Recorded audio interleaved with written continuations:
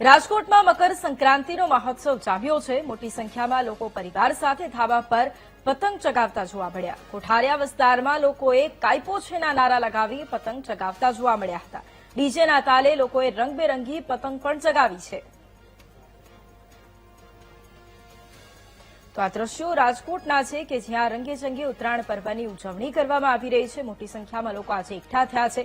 પરિવાર સાથે મળી લોકો ધાબા પર ચડ્યા અને પતંગ ચગાવતા પણ જોવા મળી રહ્યા છે। કોઠારિયા વિસ્તારના દ્રશ્યો છે કે જ્યાં પરિવારો સાથે લોકો ઉત્તરાયણ પર્વની ઉજવણી કરી રહ્યા છે અને વહેલી સવારથી જ લોકો છે તે ઉત્તરાયણ પર્વની ઉજવણી કરવા માટે અગાસી પર જોવા મળ્યા હતા। ડીજેના તાલે લોકોએ રંગબેરંગી પતંગો ચગાવી છે।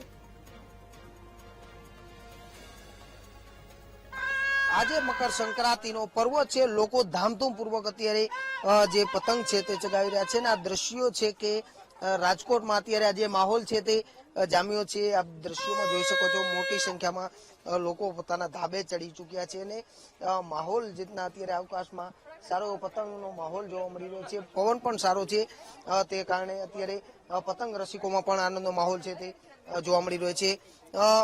ગોપાલ મામા શું કહેશો, કેવો પતંગનો માહોલ છે અને આજનો દિવસનો મહત્વ? આજનું દિવસનું આપણા હિન્દુ સંસ્કૃતિમાં જેટલા તહેવાર છે એમાં કંઈક ને કંઈક સાયન્ટિફિક રીઝન પણ છે।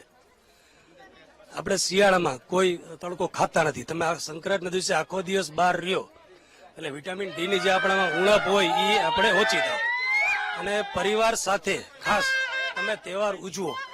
પણ મને એવું લાગે છે કે હવેના 4-5 વર્ષ પછી આ નવી પેઢી જે અત્યારે મોબાઈલના રવાડે ચડી છે, ખોટા ફરવાની અત્યારે એક ઉમંગ લોકોને એમ છે કે અમે જાજુ ફરી તો અમને એવું નથી। આપણા જેટલા તહેવારો છે તમે ઉજવો, પરિવાર સાથે ઉજવો। પણ હવે 4-5 વર્ષ પછી આ તહેવાર મને લાગે છે કે સાવ નાબૂદ થવાની અણીએ પહોંચ્યો છે। નવી પેઢીને મકર સંક્રાંતિ શું એ ખબર જ નથી। અમે તો આ તો ઠીક છે, અત્યારે મને 48 યર્સ છે। અમે જયારે 12-15 વર્ષના હતા તો સવારે 6 વાગે તો અગાસીએ ચડી ગયા હતા। અમે આખી રાત પતંગના કાના બાંધી, ત્યારે પૈસા નહોતા અને સવાર પડે એટલે સવારે 6 વાગે આખી રાત પતંગના કાના બાંધવાના। એ કાના બાંધેલી પતંગ સવારે 6 વાગ્યાથી ઉડાડવાની। હવે નવી પેઢીને ખબર જ નથી કે પતંગના કાના કેમ બંધાય। ચોક્કસથી જેતના અત્યારે તમામ લોકોમાં શું કહેશો, કેવી મજા આવે? ફિરકી પકડવાની મજા આવે, પતંગ ચગાવવાની બે પપ્પાની ફિરકી પકડો એમાં મજા જ આવે અને હારે પતંગ ચગાવ લેવાની। ચોક્કસથી જેતના અત્યારે પરિવારમાં ખુશીનો માહોલ છે તે જોવા મળી રહ્યો છે। શું કહેશો, મકર સંક્રાંતિના પર્વને લઈને કેવો ઉત્સાહનો માહોલ? મકર સંક્રાંતિના લઈને પહેલા તો હેપી મકર સંક્રાંતિ બધાઈને। અને મકર સંક્રાંતિ નિમિત્તે અમે અમારા ઉત્સાહ કે અમે વર્ષોથી ઉજવીએ છીએ ફેમિલી સાથે।